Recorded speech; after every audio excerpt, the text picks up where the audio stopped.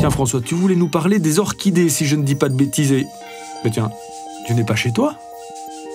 Bonjour Sébastien, donc aujourd'hui je suis venu au Serpesle pour vous parler des orchidées. Donc je suis ici en compagnie de Jean-Marie qui va dans un premier temps vous expliquer les différents types d'orchidées qu'il existe pour embellir vos intérieurs. En fait, les orchidées d'intérieur représentent une grande variété de plantes. On trouve notamment des orchidées terrestres qui se développent dans un milieu terreux comme le cymbidium, mais on a d'autres plantes comme le sabot de Vénus, les cambrias. D'ailleurs, celles-ci, elles sont bonnes. Dans les intérieurs, c'est toujours très agréable. Oui, ça dégage pas mal d'odeurs, en effet. Et ouais. Ce que je te propose, François, aujourd'hui, c'est cette orchidée-ci qui a beaucoup de racines qui dépassent hors du pot et quelques-unes à tailler pour la rempoter. Nous allons faire les soins adéquats.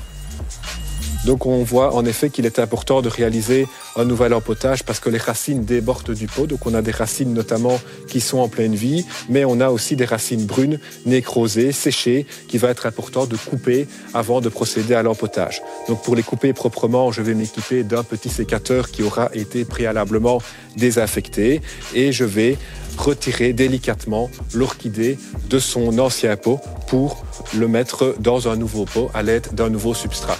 Donc ce substrat, ce sera un substrat spécifique pour les orchidées épiphytes comme les phalaenopsis. Ce substrat a la particularité de contenir notamment des morceaux d'écorce et aussi de la tourpe de sphaigne qui va permettre donc un bon drainage, une bonne aération du pot pour avoir des racines saines et vigoureuses.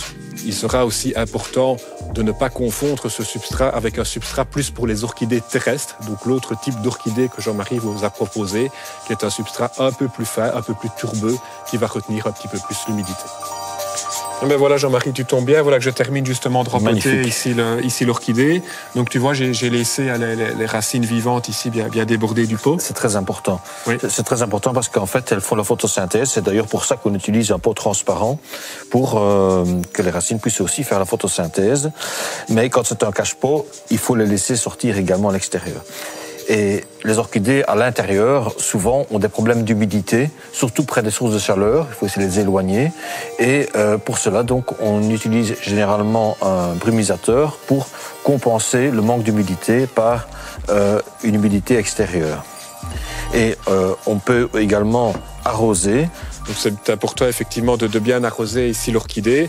Donc on veillera pour garder la floraison la plus longtemps possible et avoir une plante bien verte et en pleine santé, à ajouter à l'eau d'arrosage un engrais liquide, donc un engrais liquide organique, donc tout à fait doux, à raison de 5 ml pour 1 litre d'eau. Et de cette façon-là, on va apporter de l'eau qui va aussi nourrir l'orchidée correctement. Et si les orchidées sont très sèches, on peut aussi procéder à un trempage dans l'eau pendant quelques minutes, 4-5 maximum, pour éviter que les orchidées ne s'asphyxient, ne pourrissent. Et après, on doit procéder à un égouttage, absolument, pour ne pas laisser d'eau stagnante dans les soucoupes ou les cache-pots, sans quoi elles risquent de mourir.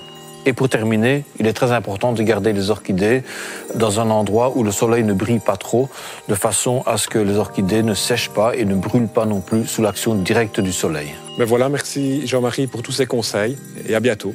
Merci messieurs. En plus, ne dit-on pas que l'orchidée attire les énergies positives et favorise leur circulation dans la maison ? Ça peut être pas mal d'avoir ça chez soi, surtout à la veille des fêtes de fin d'année.